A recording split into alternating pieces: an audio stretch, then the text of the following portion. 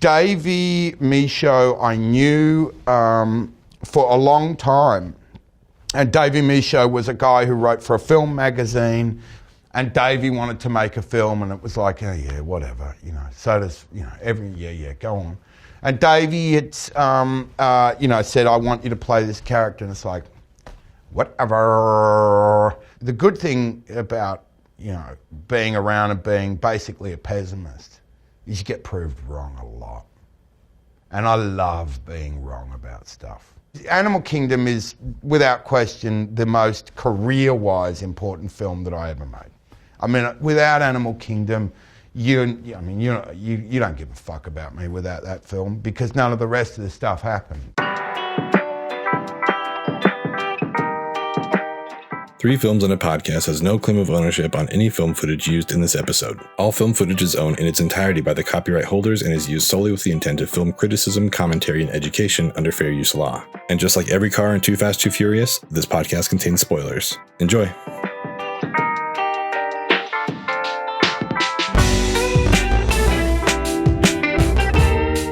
Oi, you stupid cunts, and welcome to Three Films and a Podcast, the show where three friends challenge each other to broaden their cinematic horizons through a series of themed rounds. My name is Ben Lawhorn, and I'm coming to you from Salt Lake City, Utah, and as always, I'm joined by Tyler Beck up in Portland, Oregon. Oi! I'm going to need a minute. That caught me so off guard. I love that so much. Hello, everyone. Welcome. And as always, also with Matt Weiler down in Pleasant Grove. Wow. Hi. I don't know who's going to top that. Oh, my God. Just got to get everyone's attention when we start, Mission accomplished. Jesus. For those of you new to the show, I'll be the first to welcome you to the movie club. What began as a movie club between the three of us and an ever increasing group chat has turned into this little community of movie lovers and watchers here at Three Films and a Podcast. We are very happy to have you here. While we are on the topic, if you want to let other people know about us, that'd be great. Friends, family, enemies, just people on the street. I don't care. You can just yell it out to them. That would be wonderful. There's also a lot of ways to support us. You can, find us. You can, find us on Apple Podcasts and rate and review us there. We're on Spotify. We do a video podcast on YouTube. As one of our favorite podcasts says, like all the places and spaces you can find us. So like and subscribe. We would appreciate that. It's a good podcast. It's a great podcast. And you can go to our website, threefilmspod.com. We have merch. We have like our patron stuff there. Just anything you need, we've got it ready for you. So I say, let's get on with the show. We're going to get into this week's episode where we are talking about a movie that I actually selected in our crime movie draft back in the day with fellow podcast lover Joshua Johnston. Hello, Josh. I know you're listening. We are talking about 2010's Animal Kingdom, a Australian crime drama from director David Michôd. Is that how we think it's pronounced? Sure. Does that sound right? Yeah, that sounds right. Okay. I prefer Michôd, but that's because I'm a child. Tyler. Michôd. Steve's on here, Tyler. Yeah, you can't Sorry, say Steve. Chode. Come on, we haven't said anything bad yet. This movie is starring, I feel like, a somewhat known Guy Pearce. I think people kind of knew about him a little bit. And then probably only known in Australia at that point, Joel Edgerton, Jacki Weaver, James Freshville, and the star of our newest spin-off podcast, 15 Minutes of Mendelsohn, Ben Mendelsohn is in here. I think really just kind of tearing up every scene that he's in, but we will get into that. But before we get into that, we want to introduce our guest here. This is a longtime friend outside of the podcast, our mentor, our guru, the person that we called when we were setting up. So like, show us how to do this. Adam Palcher is here from not a damn movie podcast, but from Deep Dive Film School. Adam, thank you so much for joining us. Of course, it's an honor to be on with you guys. Very excited to be here. Can't wait to talk about this movie. Appreciate you throwing out all the spaces and places throwback. That's funny. Sherlock is like my big brother, and he likes to throw things at me like that, to put me on the spot. He never lets me know, but appreciate you guys. Appreciate everything, and the invite. Yeah, for sure. I think we're 40 plus episodes in, so I think we finally felt like, okay, we won't embarrass ourselves too much in front of Palcher. Let's have him on. I don't think he'll leave early or anything at this point, but no, I mean, the beauty of podcasts is this is kind of, and it's probably why you started this, is we would be having these conversations anyways. This is just forcing us to have that conversation about a certain piece of pop culture. Exactly. Yeah. So. Spot on. Like that's why we love this. This is a lot of fun. Speaking of spaces and places, do you want to let people know about your podcast and where they can find you guys, what it's all about? Yeah. Pretty much like you said, we're pretty much everywhere. Spotify, Apple, YouTube, Deep Dive Film School. We did do a damn movie podcast for a long time. Mm-hmm. This is technically our 14th year together that we've been doing podcasts. Our first episode was in, I think, March 2007. Oh, wow. Which is crazy to think about, but we've gone through a lot of evolution as well, rebranded as Deep Dive Film School, and we're in a super happy place. So please, if you enjoy the movie chat and a show pretty similar to this one, we would love to get your eyeballs and earballs. Yeah, exactly. It's a damn movie. I feel like I grew up with a damn movie podcast. I've been through so much in my own life. You were there at the beginning, I think, actually. I remember talking to you about it, and my life has changed so much, and I've grown so much, just personally through that whole time. And like, you and Sherlock were always in my ears, and there's so many incredible episodes, and I learned a lot from you guys, and you were genuinely one of the larger inspirations for doing this podcast in the first place. So I'm personally very excited to have you here. I remember. Thanks, buddy. Appreciate it. I remember Tyler telling me about it when we were living together and like just kind of discovering it. And yeah, it was awesome. I also remember being super jealous when he was coming on to talk about Heat. I was like, man, I want to go talk about Heat for 2 hours. Like I couldn't remember if it was Point Break or I thought it was Point Break. Well, it was both. It was both. I think you did two movies per episode. Yeah, that's right. Yeah, that's right. I just remember the Heat because we all watched it together, I think, and I was like, oh, I would love to go talk about Heat. I'm jealous. Yeah. I'm just glad I finally have a face to a name. I think they bring you up every single episode. So it's like, I hear Palcher. I don't think I believe in Palcher. I don't think I believe he exists. I'm real, I promise. Santa Claus. It's a shared imaginary friend that we have. Matt brought up, like, this is, his question is about the Unsung Gems, and this is our second round of Unsung Gems. So I just kind of wanted to go into why I chose this for my pick. I mean, we've talked about it before, but that year where I tried to watch 500 movies, that's where I discovered this. I think the qualifier was like a movie from Australia because it had one from each continent. I was like, all right, well, I have no idea what this is, so I'm just going to check it out. And I loved it. And honestly, like, trying to think of a way to bring it into the pod is kind of how my mind thought of like Unsung Gems. I'm like, I want to make them watch this, but I've already seen it. So how do we do this? So, and then of course I didn't even pick it. I went with Kubrick's The Killing, but I'm glad we finally got around to it. I really love this movie. Obviously I think it's great. Adam, I know you had a great experience with this for your first time seeing it. So do you want to give people like a quick rundown of what the movie is, and then just kind of talk about your personal experience with the movie and just your overall thoughts?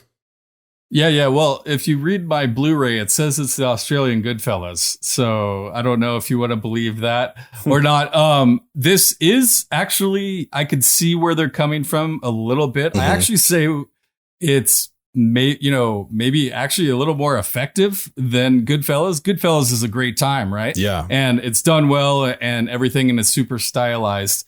And it's Goodfellas. It's fucking Scorsese. Yeah. Like, I mean, exactly. How are you going to argue with that? But at the same time, I could see the little elements that they're talking here. Obviously, this is some kind of Australian mafia, but I think there's a nice twist here because they're actually family. Mm-hmm. They're not just part of the family; they're family. Yeah, and I think that makes a big difference when you look at the connections and the emotional connections of each character that we're kind of living their lives through. My experience in this, when I go to Sundance, I watch like 20, 30 movies. So I am like blowing through movies.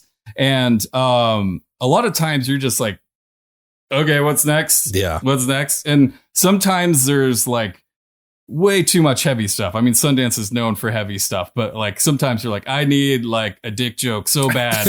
Like where, and so you just kind of follow things around. You follow buzz and stuff like this. And this one, I just kind of like you did, Ben. I went into it blind, and it was mostly because of the title. It's an awesome name for a movie. It really is. Especially if you think about it being about like these, these gangsters, right?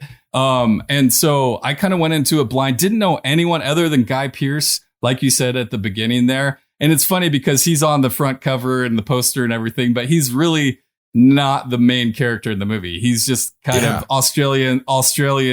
He's in every Australian movie from 2000 to 2015, I think. It's part of his SAG contract. It's like, if it's Australian, I'm in it. Yeah, I got to be in it. Me and Hugh Jackman. Yeah. And Nicole Kidman. Because he doesn't show up to like 30 minutes in almost, right? Yeah, 45 minutes. Yeah. I clocked it. It's 45 minutes. Crazy. And he has a great, he does a great job. And he specifically has an amazing scene where he talks about the animal kingdom. Yeah. And I'm sure we'll get to that part. But this is really more about Jay, that James Freshville. Is that how you say it? I want to say Frenchieville, but there's no N in there. There's no N in there. But it's really about him and him basically falling into this really unfortunate situation. Yeah. But this movie took me with not only the pacing and the stylization of it. This is really good writing, and the acting is insane here, especially for people, like you said, that I didn't really know. And obviously a lot of them went on to do great things, and we'll get into which ones and who really ruled the world here. But Jacki Weaver, Ben Mendelsohn, and Joel Edgerton, didn't know any of them, and they all are in this movie, and you're like, whoa, who are these people? And this movie is it's just like dripping with intensity the whole time. Yeah. But it's really about Jay and him being this kid who falls into this situation. And, this is his family to a degree, but not people he's super familiar with. And he gets thrown into this world. Yeah. Yeah. He gets thrown into this world. And, honestly, there's a lot to talk about. Hopefully that's a kind of a quick premise. And it's kind of hard to explain because it's just like the slow spiral of intensity and it's like the end of Breaking Bad, like, oh, something bad's gonna happen. And I think we'll get into it, but that the slow pace is what brings so much tension to it. So no doubt. I do. Just quickly, I love when he's like, "Hi, Uncle Darren." He's like, "Don't call me Uncle. I'm only like 2 years older than you." But I presume by the blank stares I got when I selected it for the movie draft, Matt, that you and Tyler haven't seen this. Was this your first watch for Animal Kingdom? What was your experience with it? Yeah, it was my first watch. I think I mentioned the crime draft. This isn't really my genre. This isn't where I shine. Like I'm probably the least versed in gangster crime movies of probably anybody that you know. But that's not to say that I don't enjoy them. And so obviously it's your recommendation. So I already know going into it that, there's something here to watch. It's not just like, someone at work recommending it to me. Not that it's a bad thing. If any of you at work are listening to this, like and subscribe. I'm watching. Hey, email directed to Matt. But you need to step up your movie recommendations. Please. I don't have all the time in the world to watch that. But no, I really enjoyed it. I felt like I was getting flavors of a lot of different stuff here. If I were to give like an elevator pitch to the movie, I would explain that it's like Harry Potter, only there are 4 Dudleys and they're his uncle, and Harry's not a wizard, and bad things start to happen. Anyway, check it more out. guns than wands, but that's awesome. No, but is Mendelsohn Voldemort then? I guess for sure. One of the uncles is Voldemort, or Wormtail. Who knows? He's something else. No, but I really enjoyed it. I was getting, especially when Ben Mendelsohn, or not Ben Mendelsohn, Guy Pearce was talking about the animal kingdom. Yeah. I sort of got like this. I got images of the movie Juice in my head from Tupac, and I kind of, from that point, I kind of knew where this was going.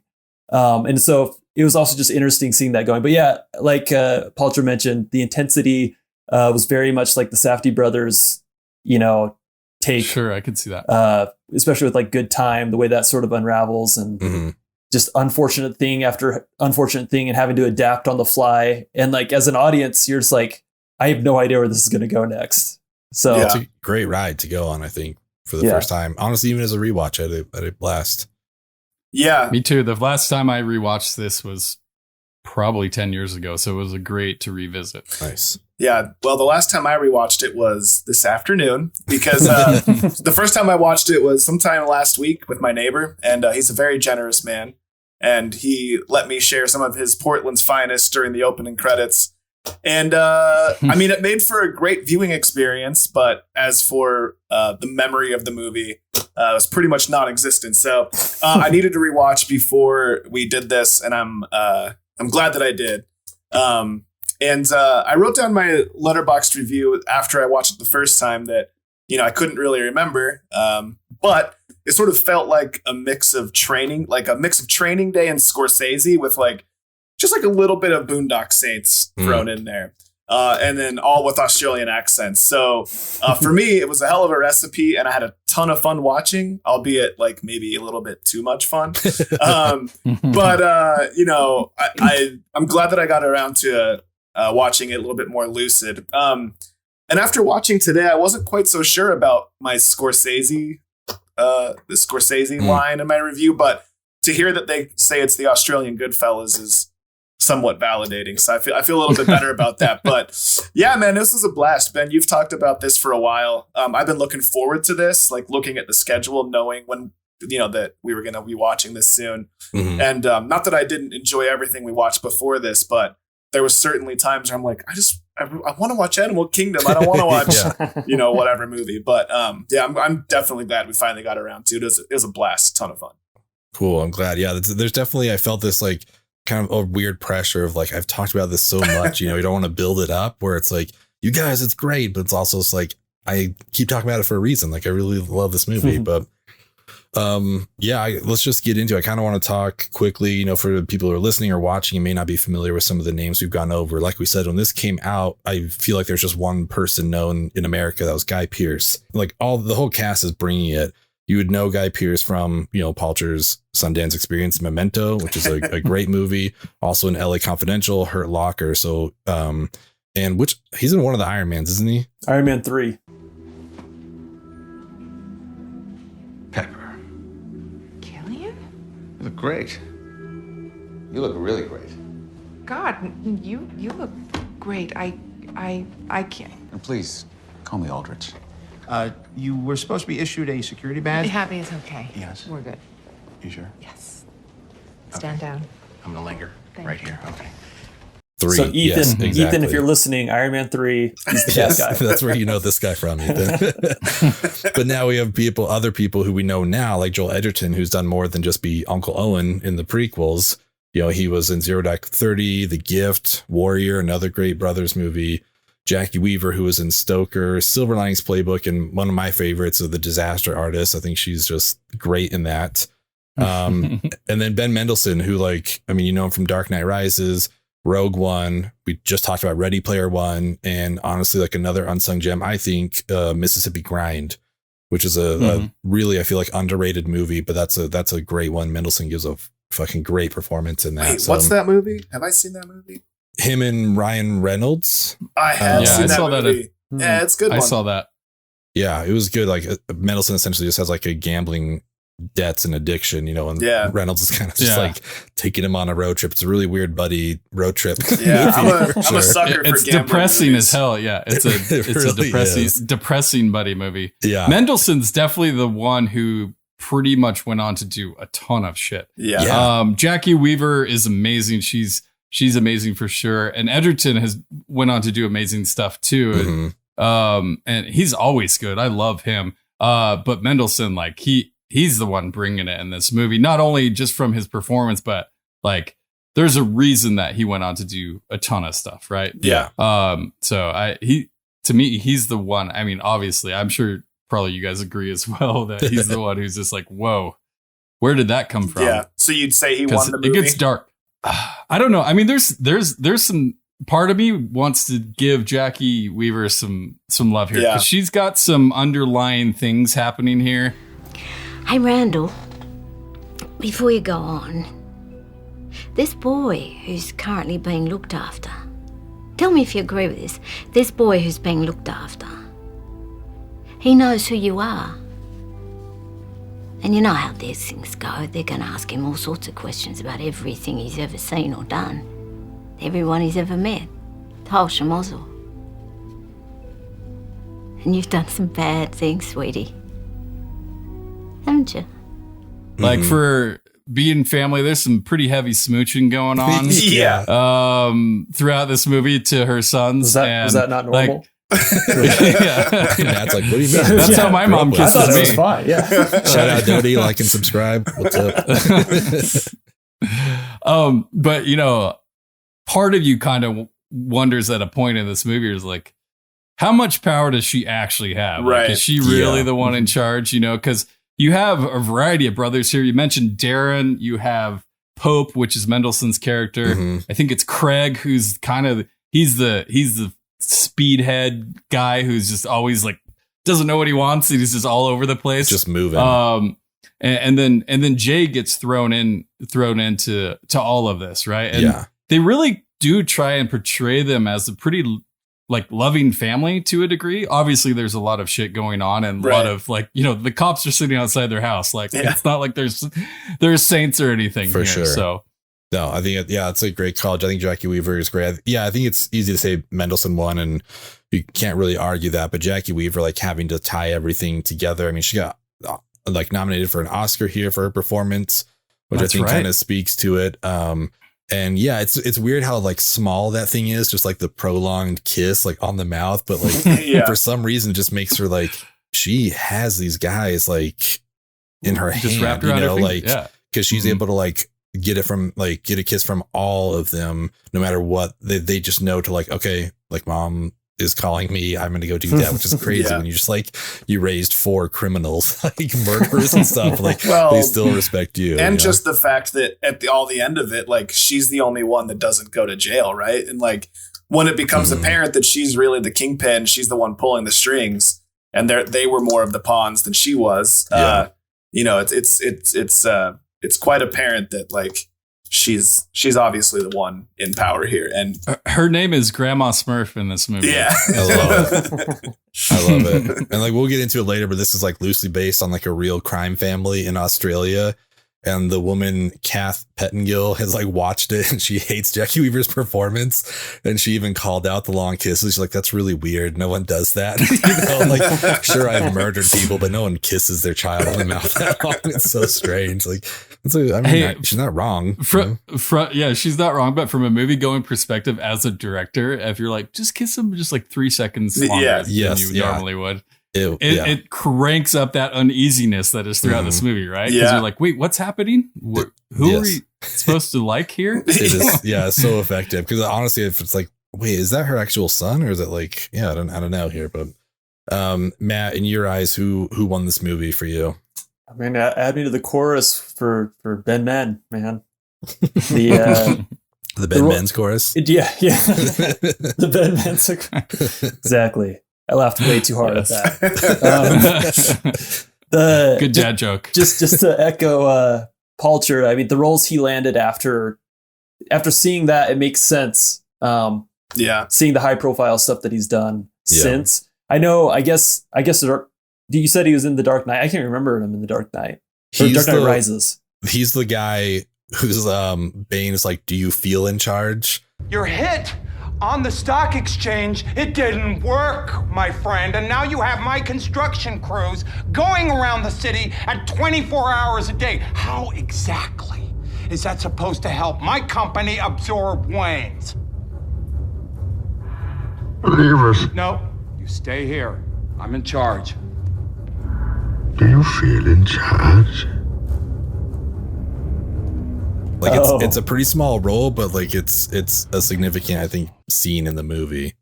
Okay, yeah, I couldn't place him there, but I mean, seeing this and then seeing down the road these roles that he's picked up, it's like he's insane in this movie, and it's just so good.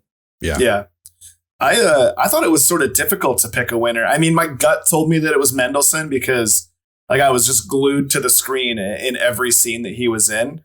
But in all honesty, like I felt the same way about Jacki Weaver and Guy Pearce and Joel Edgerton. Like it really was kind of difficult, I thought. But then the more I thought about it, I thought, like I'm not just throwing him a bone here because like he, I think, went on to the least successful career out of all these people. But I had to give it to James, our boy James Freshville. I don't even know how to say his name, but I got to thinking about it, and like his performance had to give room for all those other performances to breathe. Like they can't have clashing guy, like, you know, we just can't have like everyone going for it all the time. And so the fact that he was able to be the through line for the story and sort of carry the movie in a lot of ways.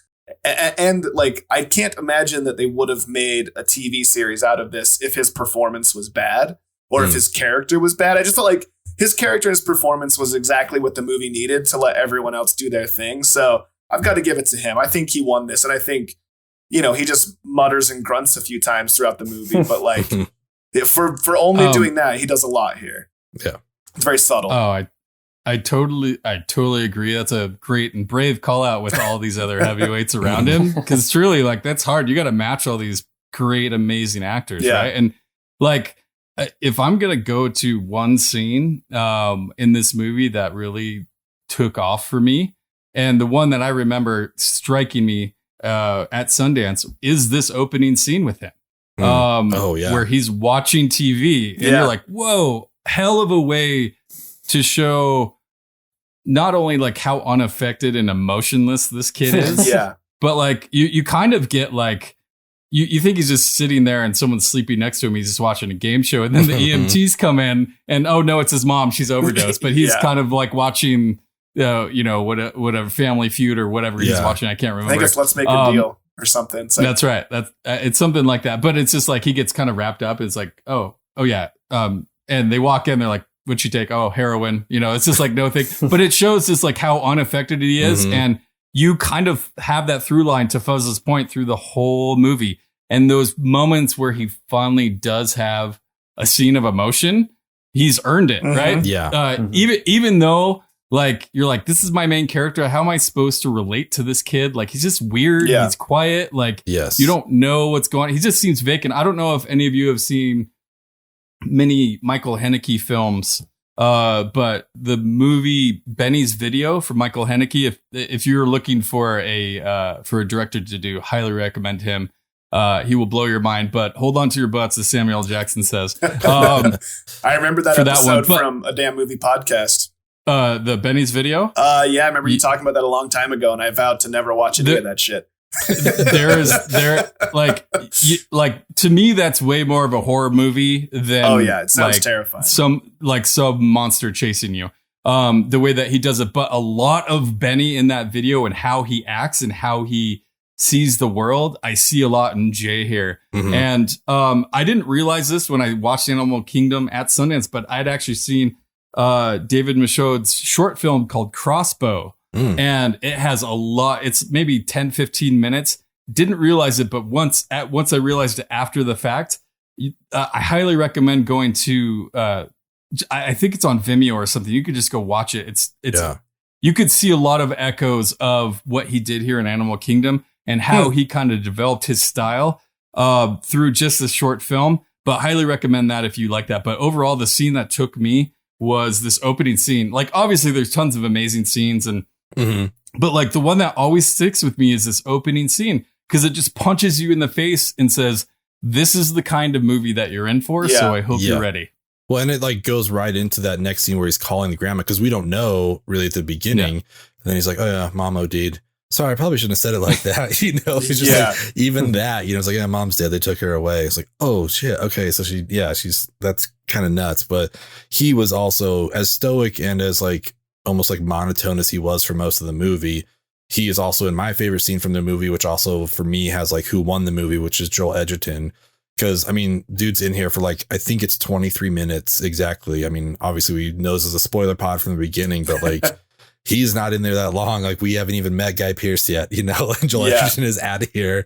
And he won like the best supporting actor for the Australian Oscars, which is called the AFI.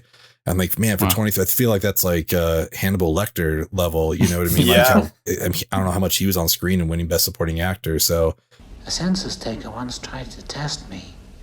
I ate his liver with some fava beans and a nice Chianti.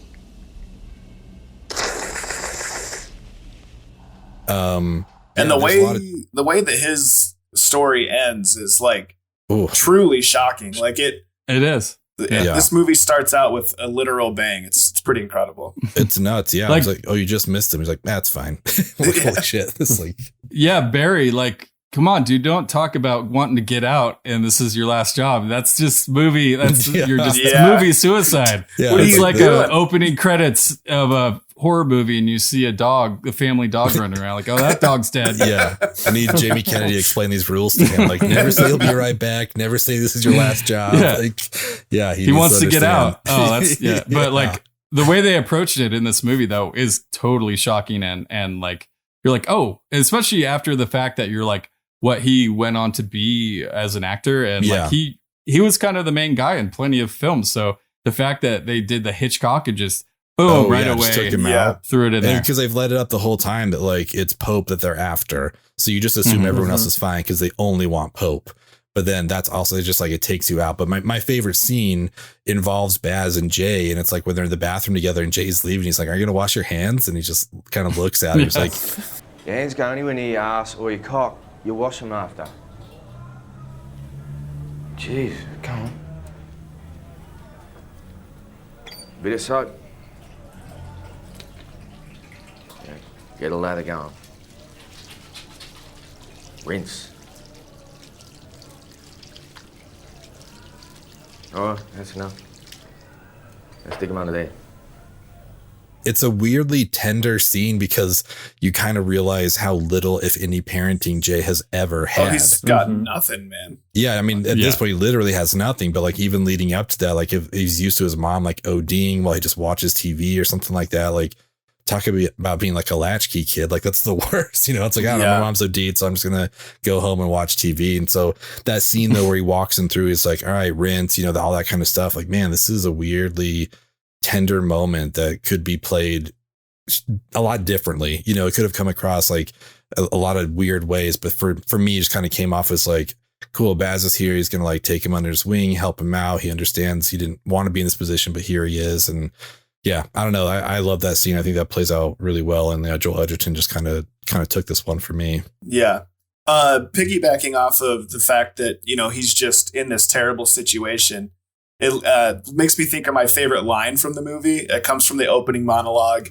And it's towards the end of his monologue. And he just says, you know, like kids just are wherever they are and they just do whatever they're doing. And like, this is where I was. This is what I was doing. After my mom died, this is the world I got thrown into. And it just like, and you know, we obviously see that throughout the movie. Like this kid, this kid never had a chance, you know, and but also there is that part of him, like you talked about Palcher, where it's like, he just watched his mom die and he's completely dead to it. And like, maybe he's just been completely like broken by his circumstance. But just that whole opening sequence up until Baz gets shot, spoiler alert, I think was like my favorite overall section of the movie. It started off so incredibly well. But if I had to pick one visual moment outside of that line that I just cited, I would say the camera circling around Pope when he's listening to All Out of Love on the TV. Oh man. And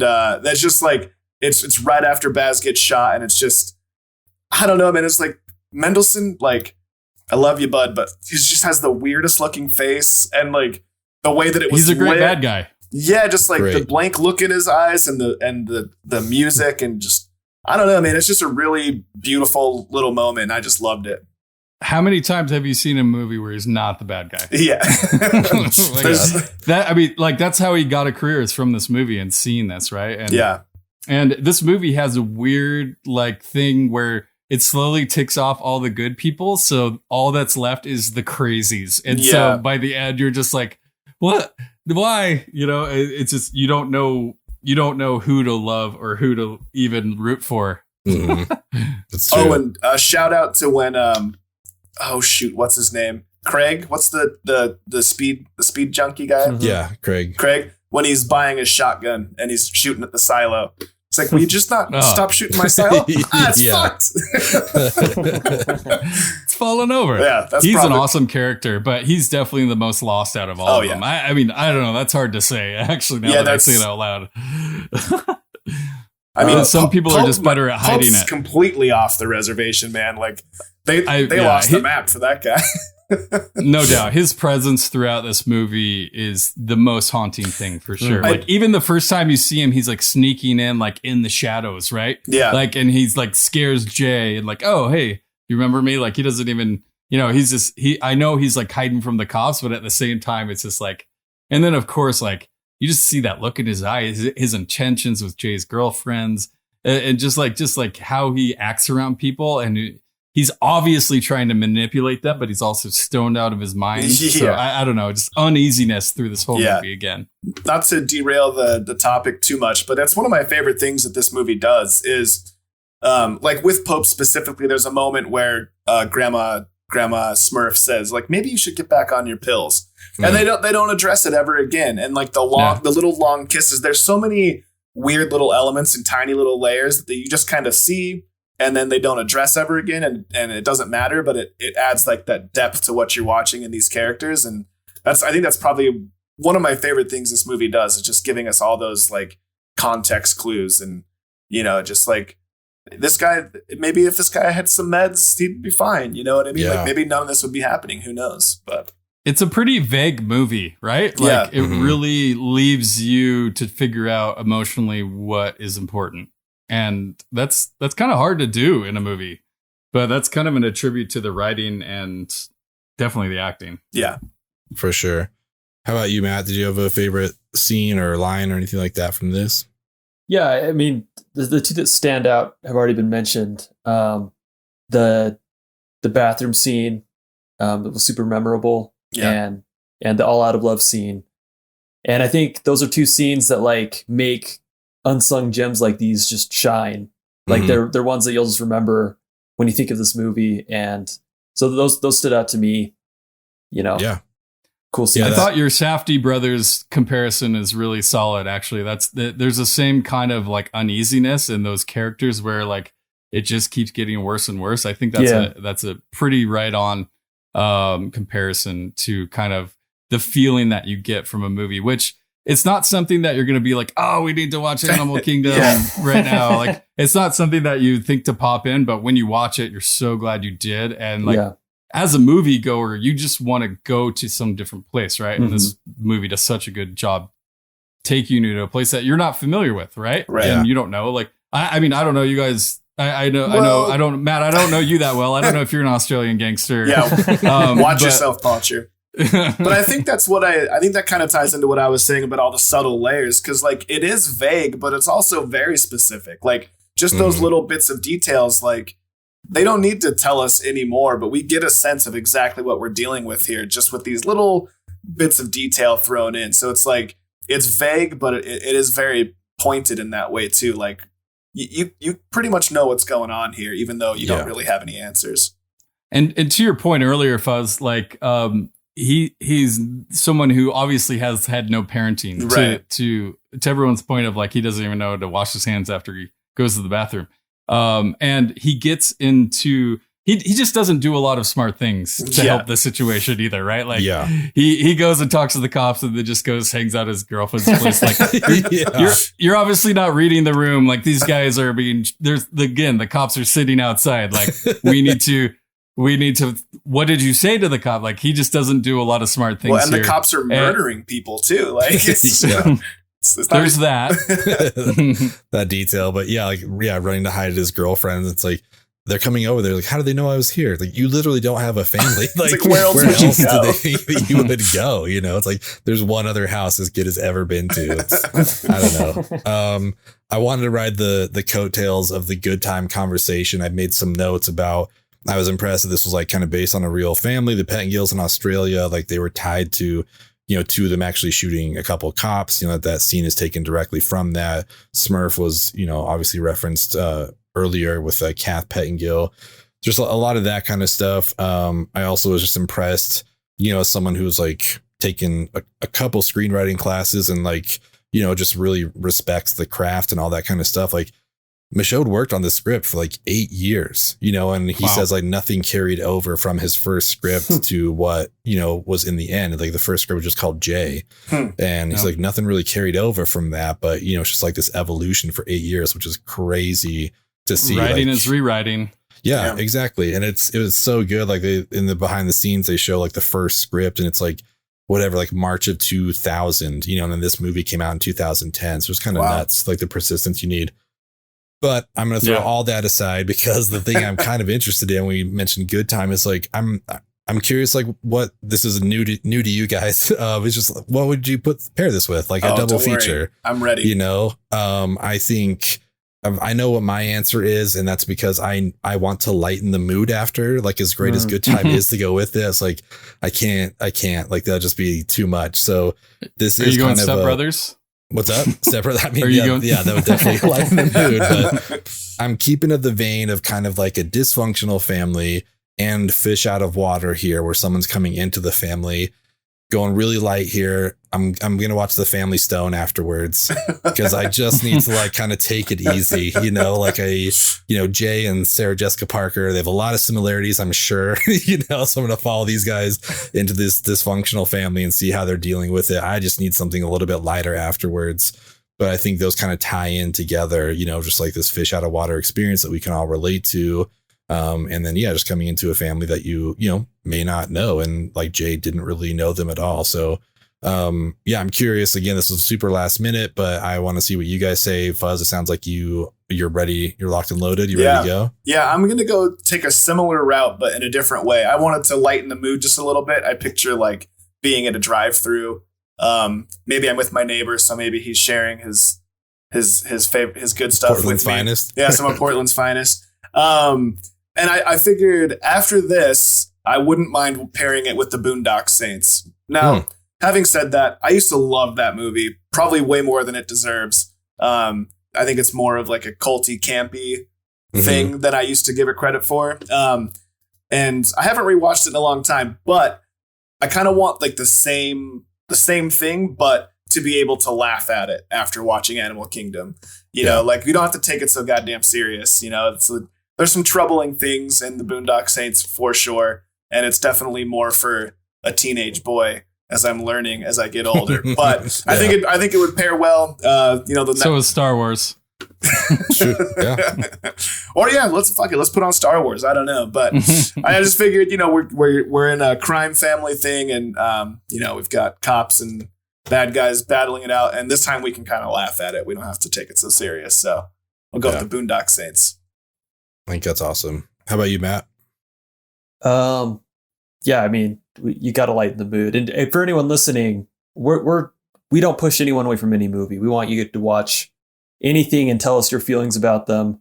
But I will say, if your thing isn't watching a teenager get unconsensually shot up with heroin and then smothered to death, this may not be your jam. Holy cow. Definitely the most uncomfortable scene in the movie. No doubt. Like poor Darren through that whole thing. He's like, no, man. Pope, no, there's stop. nothing he can do. No. And it follows the previous most uncomfortable scene, which is when he carries her to the bedroom. Right. And is just like staring at her. And it's like, oh, this is like, I know nothing's going to happen, but this is so fucking uncomfortable. I was so I didn't know what to expect after we had just watched Baz get shot by the cops. Yeah. I was exactly, I was like, I think he's going to rape this girl. I was fucking terrified. I was like, I'm not ready for this. I was so relieved when it went down the way that it did. Yeah. So scary. And the other thing is like, she comes from like the best family in the movie, like the only good characters in the movie. It's like, oh man, that poor dad. Australian Nick Frost. That's what I kept thinking whenever he was on screen. Like this is in England, that would have been Nick Frost for sure. Sorry, Matt. What would you pair it up with? Sorry, I went off on a tangent. So lightening up the mood here, I would take a similar approach to you, Ben. I'd go sentimental. I get the family in the house. I would go with This Is Where I Leave You. Jason Bateman, Adam Driver, Tina Fey. Yeah. Okay. And that's where we'd head. I think that's a solid follow-up. I like that movie a lot. Very on brand. Very on brand, Ben. Very Matt.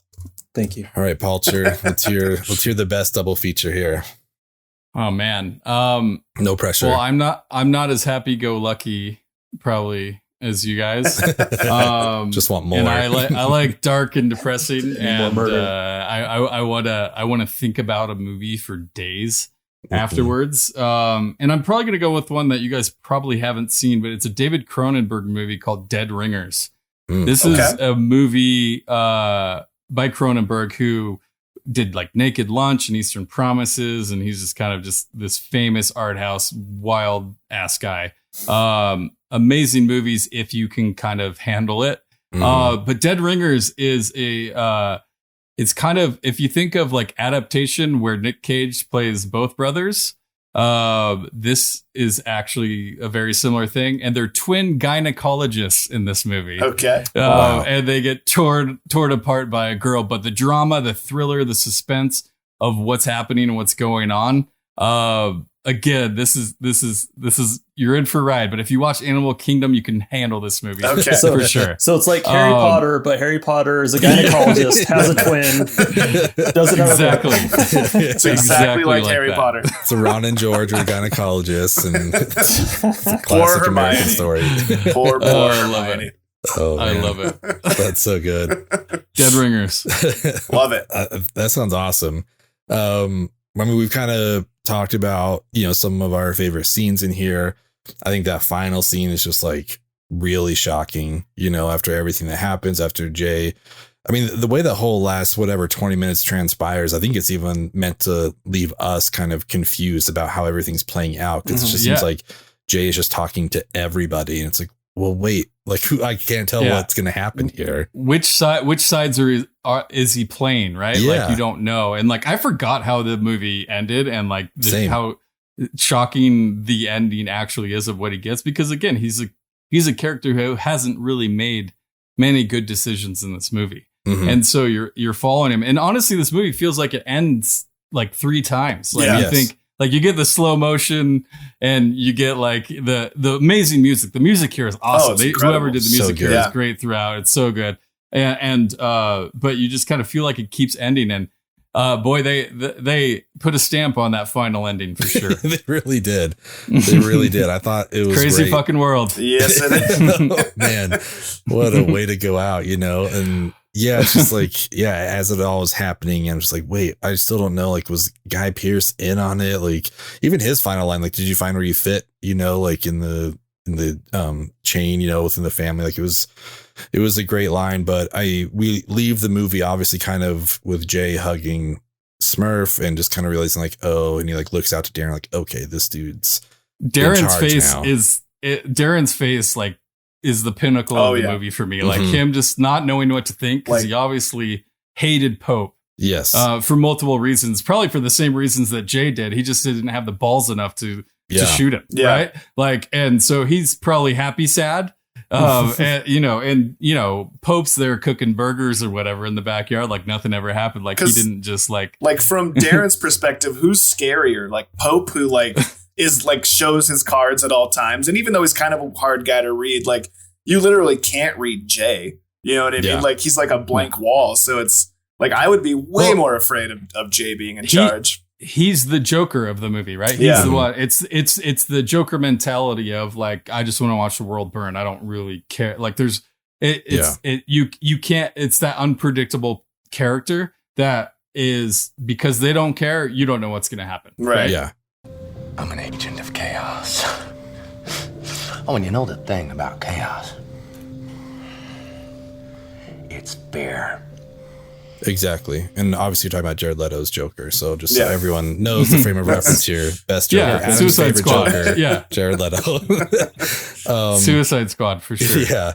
I mean, honestly, talking about Pope, like that scene with him and Darren where he's like, you're in a pink shirt. It's kind of a gay shirt. And he's like, oh, it's not like, what do you have? Like a bourbon and he's like, it's not a gay drink, but he's like, he's pushing him, but he's just saying like, just tell me. I just want to know. I'm your brother. I love you. I'll accept it. It's just like, that's not a gay drink. You're in a gay. It's just like, it's so uncomfortable. It's like, how do you read this? It's like, it feels like bullying. Like the action is bullying, but like what he's saying, it's kind of like, I just want you to be true with yourself. I want you to love yourself. I love you. I don't care either way, but I don't care if you're gay or if you're not gay, It's all right if you are, mate. I just want you to tell me about it, you know? I don't care whether you're gay or you're not gay. I just want you to talk to me about it, you know? Making yourself a drink? Yep. What is it? It's a bourbon and coke. Bourbon and coke's not a very gay drink, mate. That's not a gay drink. Yeah. Oh my God, what's going on? This is so uncomfortable. That was on the short list of favorite scenes. I just wrote down the Ben Mendelsohn gaslighting scene. Yeah, yeah. Like the verbiage in it, you know, is kind of like it's rough, but I think, you know, I mean, want to say it as like as reflective as I can, because I think that's what has the impact. You know, it's just like how he's wording it to him. It's just kind of nuts, but that just speaks to like the power I think Pope has over him. So that just also like reflects in the ending in Darren's face and everything. But the only person he doesn't have power over is Grandma Smurf. Yes, right? 100%. Yeah. And that's like, she establishes that with like, come here, give me a kiss. And he's like trying to leave. He's like, oh, all right, I'll go back. You know, even when he's in jail, she's like, sorry. Mm-hmm. Yeah. Yeah. It's, and like, she's also just like worried about Darren too. It seems like when she's having like when she's chatting with them, and yeah, I don't know. It's kind of How could nuts. you not be? Yeah. But I was just kind of curious, like we talk about this sometimes, you know, it got made into an American TV series. I think it has like 5 seasons now on TNT. Like Americans, we love taking great stuff from other countries and just making our own version of it. Oh, it drives me crazy. It's rough. Like, I just am curious what you guys think. Like, would this be better as a miniseries? Do we want like a sequel from this? Like, I'm curious personally, like how Jay runs this now, you know, like what's his demeanor? How does he handle it? Is he trying just to like snuff it out and go legit, or is he just going to keep going with it? Like, and would that story be told better through a mini series or a sequel? Like, I'm just kind of curious what your guys' thoughts were about the ending, and if you want to see anything else, how you would like to see that. And I'll throw that over to you, Adam. Well, I guess I'll say first, I haven't seen the miniseries. Yeah, same. Or it's a full series. Yeah, I used to know like as a sequel if you'd want a miniseries, but yeah, it's been like 5 seasons. I something like this, there's always going to be strings to pull, and the depth of this movie for sure. And I'm not usually a fan like of, to your point earlier, remaking stuff. And maybe Australia gets a pass a little bit because they speak English, and so maybe it is, and maybe that you know, I could see how they could want to turn this into a series. I know Ellen Barkin plays the Grandma Smurf character in that, and I can see how it would work. I haven't seen it, but I also Fargo is one of my all-time favorite movies, and I was really pissed when they turned it into a TV show. I'm like, come on, well, like, what are you doing? Like, that's just not fair to the Coens. It's like, it's just something sacred to me. And like, what are you going to do? And turns out it was a brilliant show. And it was a huge homage to the Coen brothers and all of their stuff, not just Fargo, but everything. Yeah. And all of the seasons are really well done and like true to the thing. So if you can do that and have it be interesting and captivating, and it's worth continuing to watch, like, I'd be interested to watch the first season for sure of this.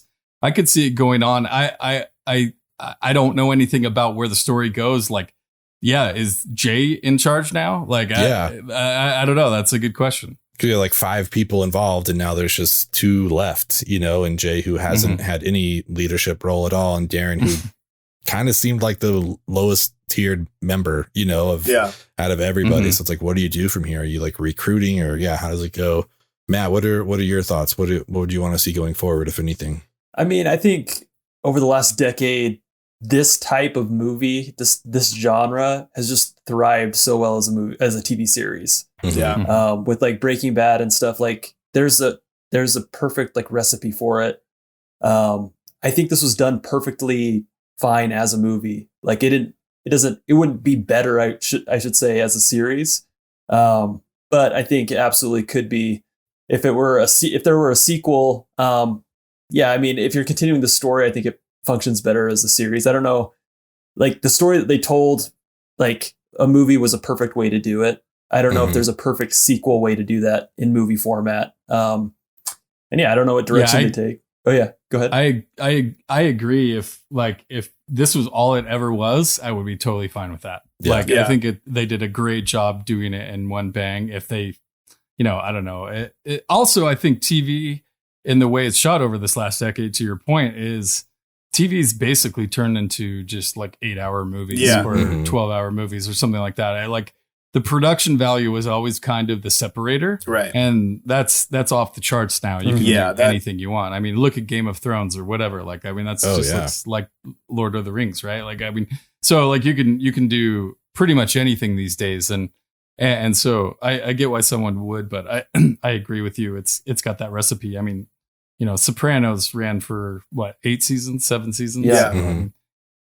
Family drama is always going to be a captivating TV series. I mean, you're 100% right, and I can't disagree with any of that. But it is all of those points that is kind of just like, I think this is better off just as it is, because this movie was super fun. We get in and we get out, and I don't have to now spend 8 years of my life watching some series. You know what I mean? Like, I loved Breaking Bad, and I loved almost all of Game of Thrones, and I loved The Wire, and so on and so forth. But it's just like, I mean, I just don't, like, who has time for all this shit? Like, it's hard enough for me to stay up with, like, Loki and stuff. So, like, I just wish there was more stuff like this that was just, like, we just get it all in one package and then we can be done with it. Like, I will say, like, after I watched it, I turned to my neighbor. I'm like, well, I see why they made this a series. And I'm sure the series is great. And if it isn't, I'm sure it could be. But it's just, I don't know, man. I think it's fine as it is.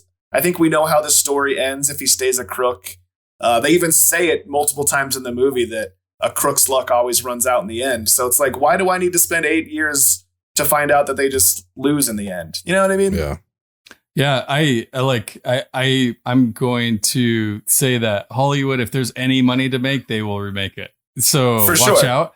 But I bet it's more about how emotionally taxing this is rather than like, is there more to say? Because I think there's probably more to say, but like, can you emotionally invest yourself for however many seasons into this much intensity? If that's what they kept up during the show, again, I don't know, but like that's a lot to ask from someone emotionally as well. So yeah, it was a lot for 2 hours. So like, to extend that out would just be definitely exhausting. Is there anything you guys want to talk about before we get into our Rushmore for this episode? I mean, there's a lot we could talk about, so I just want to throw that out there. I mean, we kind of covered it. There was just some stuff like, so what happens to Nicole's family? Like, what happens to her parents? Like, oh man, did they have to go on the stand? Like, what's up with Pope's therapist and why wasn't he on his meds and all that? You know, like there was just a lot of, I just wrote down unanswered questions. Something Palcher said made me, I wish I would have wrote that down, but there was just a lot of stuff in here that like we just see and it just goes unanswered. Like who's really pulling the strings here? How much control does Grandma Smurf have? She says, I've been in this game a long time. You know, she obviously has connections in high places to be able to get the safe house location. Like, there's just a lot of stuff lingering in the shadows in the background that, like, you know, we don't get to know the answer to. And I kind of like it that way, but I don't know. I think that was like a very, maybe not underrated, but just a subtle, really cool thing this movie did. And I've said this a bunch of times, but I just kind of wanted to hammer it home, I guess. Yeah, that was definitely one of mine. Like, as the ending was unfolding, it was like, man, to your point, Nicole's parents, it's like, because they left with this like quiet, you know, boyfriend of their daughter, and then like a car crash and he ran off. That's the last we see of him. Yeah. So they then have to discover that their daughter has been murdered and that the guy that they hit, like that hit their car, was the one that did it. And now Jay is like kind of a crime warlord thing. Yeah. You know, he's like a head of a family, right? Whatever that means, you know, and it's just like, you know, like take away the crime thing. Like you would go confront that dude, like what the fuck happened, you know, blah, blah, blah. But now it's like, well, I mean, he's killed people now, so maybe you don't like address him that way. But that was one of the first thoughts I had. It's like, what happens with their family at this point? Because that's just like, what do you do? Like that's insane. I don't know. That would have been the sequel. That was the sequel. Oh well. Australian Nick Frost gets a shotgun and gets his revenge. Now that I would watch. Hollywood, if you're listening. Animal Kingdom 2, Nicole's Family. And then they could turn it into a comedy, and which would, because there was a lot of funny, like genuinely funny stuff in this movie. A lot of which, I mean, thank God, right? Like this is a heavy watch, but there was some like genuine like belly laughs I got out of this. Like when I mentioned he's shooting at the silo, and after the lawyer interrogates Jay after meeting the cops, and it's like, well, do you want a drink? I've got lots of drinks. And he's just like that Australian charm and I don't know. Just it's a surprisingly funny movie despite everything that happens here. Hilarious. A romp. 2 thumbs up from Tyler Beck. Yep. Funny. It's like Harry Potter, but funnier. It's funny Harry Potter. Cool. Well, yeah, I say let's wrap this episode up. I want to jump into our Rushmore. I love doing these, and I thought a fun one this time would be to focus on brothers in movies, or movies that are centered around brothers. However you decided to define it is cool with me. I just want to know what makes your Rushmore for movie brothers. These are OR scrubs. Oh, are they? I'm going to throw this to our guest first, so go for it, Palcher. So how many faces are on Rushmore? 4? That would be 4. 4. We'll make another exception for you if you want. Yeah, it's your mountain, whatever you can want. go plus or minus 1 if you want. I've kind of teased some of these throughout. My 4 are I'm gonna start off with Rain Man. To me, that's I have an autistic son too, so there's a little extra special part of that. Not that my son is anything like Raymond at all. But the I don't know, man. I've seen Caden with his back to the TV acting out word for word and action for action the movie that's playing behind him while we're watching. I love that kid. Yeah. All right. Yeah. No, he's a great kid, and he loves you, Ben. I don't know. Yeah, that was super heartwarming when I walked in. I was like, oh, he remembers me. That's awesome. So Rain Man would be up there for me. I said it earlier. An Adaptation is up there for me. I love that's probably the all-time Nick Cage performance, and there's a lot of good ones. Well, good is subjective, I guess. Sure, good Nick Cage performance. Good, bad. The thing is about him, like he can do amazing stuff, but sometimes he just does this stuff to pay his mortgage, and it drives me crazy. But Adaptation is him just stepping out of himself. Charlie Kaufman. And again, it's a movie about movies. It's the screenwriter inside of his own head, and his successful brother, who's also a screenwriter. Very similar to, like I said, Dead Ringers earlier. I do have to put Step Brothers in there because that is what I could just turn on at any time and be. Oh, yeah. We think it would be very prudent. Can we turn our beds into bunk beds? Yes. Why are you guys so sweaty? All right, we've already figured out how to do this. The beds match up perfectly. And here's the thing, it'll give us so much extra space in our room to do activities. Please say yes. You don't need permission from us to build bunk beds. You're adults. You can do what you want. So... I'm not making myself clear. Like, it's one of those movies that is so funny you forget half of the funny things that happens in it. Yeah. Right? And I'm sure I'm stealing people's here. You're fine. And then my last one is Hell or High Water. I don't know if you guys have seen this. But Foster, it's Ben Foster and Chris Pine. They're bank robbers, and Jeff Bridges is chasing them. Very Coen-esque movie, but so well done. And just like, it tickled every movie bone I have, and love that movie. Super, probably a forgotten gem at this point, right? Yeah, just one of those Ben and I watched that movie way before the podcast, before I met Matt. It was like one of the first rounds of this format, just when it was just the two of us. And yeah, I love that movie. That is a great unsung gem. And if I hadn't already seen it, I'd nominate it for the next one. But yeah, that's a good one. That'd be awesome. And now I'm just feeling like we need to come up with a round to do movies about movies, because I have not seen Adaptation. Oh, wow. I feel like that would get picked pretty easily by me. But that's for 2022. Stay tuned. Stay tuned. Yeah. All right, Matt, how about you? What's on your Rushmore? Yeah, exactly. Stick around for our adaptation talk in 6 months. I actually have a list of Brothers movies on Letterboxd. So this was an easy pull for me. Oh, wow. I already had them ranked. So I'm going number 1 with Onward, the new Pixar last year. Number 2, Sing Street, which is my second pick for Unsung Gem, which will be next episode, I believe. Okay. Such a good movie. Week. Such a good movie. Yeah. So good. Third would be Darjeeling Limited. Nice. And then fourth would be Logan Lucky. Anytime you can get Adam Driver and Channing Tatum as brothers in a movie. Yes, sir.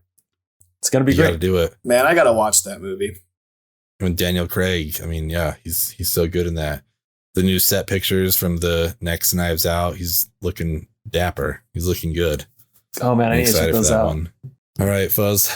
Well, so when I was going through this, I saw a lot. I had to look up a list of like the best brothers movies or whatever. Mm-hmm. And I found a list of like 125 movies. But I realized, like, if I'm going to make And you this, watched all of them. I've seen all of The them. Man in the Iron Mask. But I saw a lot that I was like, oh, I didn't realize they were brothers or whatever. So when I did this, it was with the caveat that I had to actively remember that they were brothers. And that I had, so Merry and Pippin from the Lord of the Rings, the first two that popped in my mind. I think this is the first time Lord of the Rings has made any of my Rushmores. I don't know. I like it. We'll have to go back there. So I was happy about that. Thor and Loki. Everyone knows how much I love Thor. Hey, let's do Get Help. What? Get Help? No. Come on, you love it. I hate it. It's great. It works every time. It's humiliating. Do you have a better plan? No. We're doing it. We are not doing Get Help. Get help! Please! My brother's dying! Get help! Help him! Oh, classic. Still hate it? It's humiliating. No, not for me, it's not. And I'm falling more and more in love with Loki every week, thanks to Disney Plus. Shout out Disney Plus. We're looking for sponsors.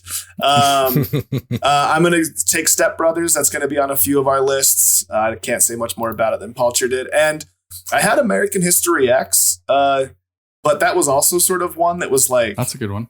I know that they're brothers, but I don't know. For whatever reason, I decided to put this movie Animal Kingdom on there. It's so fresh, and I have imagined this.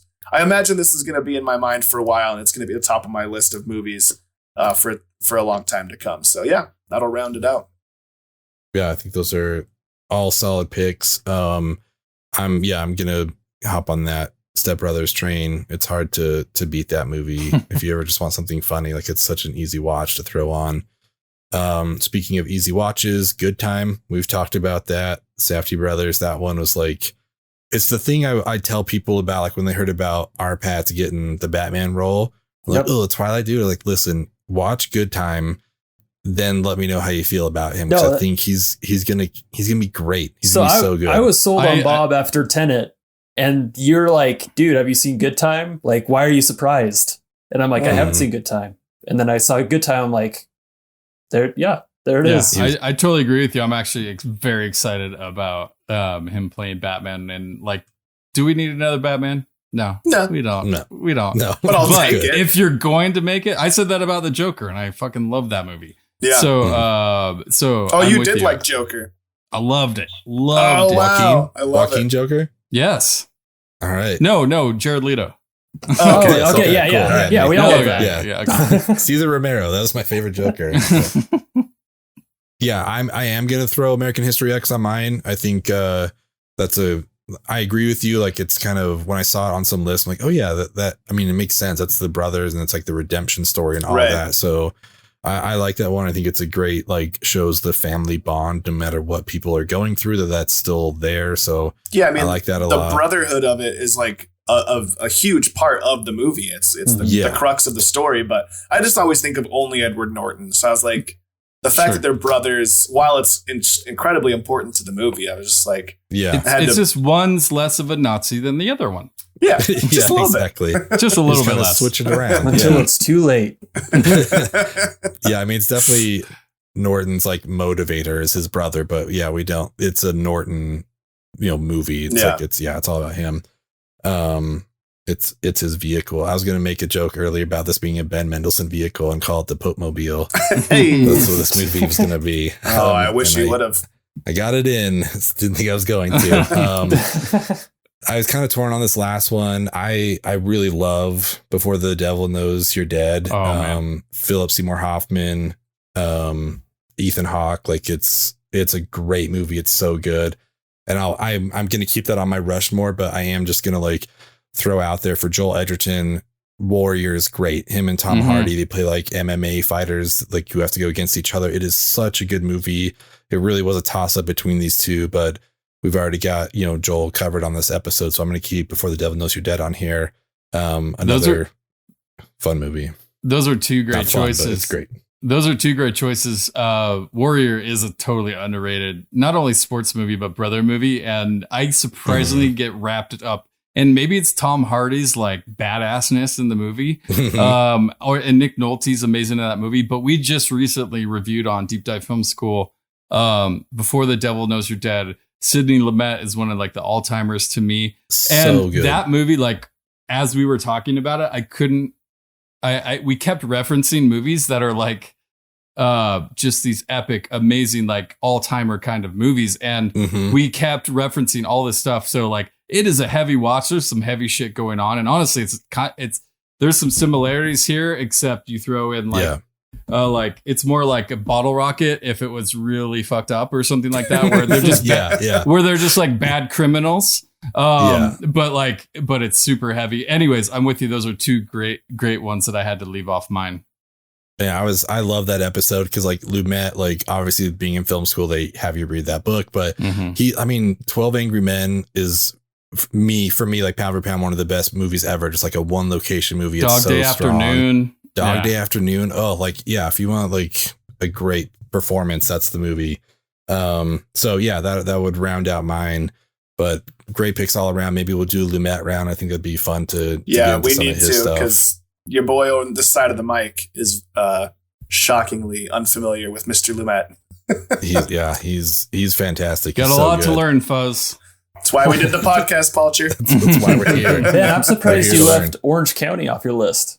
Damn it. I am too. Why are you calling me out like this, Matt? I'm going to cut this out of the episode. It's not really a movie about brothers. Just replace Step Brothers. Yeah, I would say I might swap out Step Brothers for Orange County because that is all brothers, and Jack Black he carries that. That's a great movie. Sorry, Sean, have you seen my piss? Cool. Well, thank you so much, Palcher, for coming on. This was a blast. I think it lived up to all of our expectations that we had set, to have have you on. I might quit now. This is super fun. Don't you do it, Matt. I need you. Go to podcast school. We got a pinch hitter. We just like text him like, hey, we need someone in here. But anytime, guys. Really appreciate it. This was awesome. Do you want to let people know again where they can find you guys? Yeah, just hit up the Googs, Deep Dive Film School. We're pretty much anywhere: Spotify, YouTube, Apple, any place where you find good media, as nice. My friend Sherlock would say. So, thank you guys. This is great. I love this movie. I'm really happy we got a chance to talk about it. Hell yeah, yeah. This was a blast. I'm glad we watched it, and looking forward to next week. We'll go over Sing Street. So, man, get ready for your support. So good. It's such a good movie. It's so fun. And finally, like, we'll lighten it up a little bit. So after this week, but yeah, you can find us wherever you found us for this, or anywhere on social media at 3 Films Pod. Thank you everyone for listening and for your support, and we will see you next week. See ya.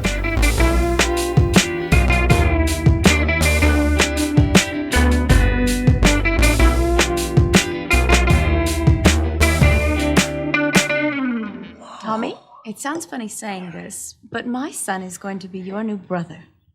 Brother? I'm gonna have a brother?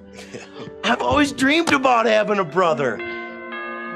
Speak of the devil. Oh, brother! Brother? I'm Paul. You must be Tommy. Brothers don't shake hands. Brothers gotta hug.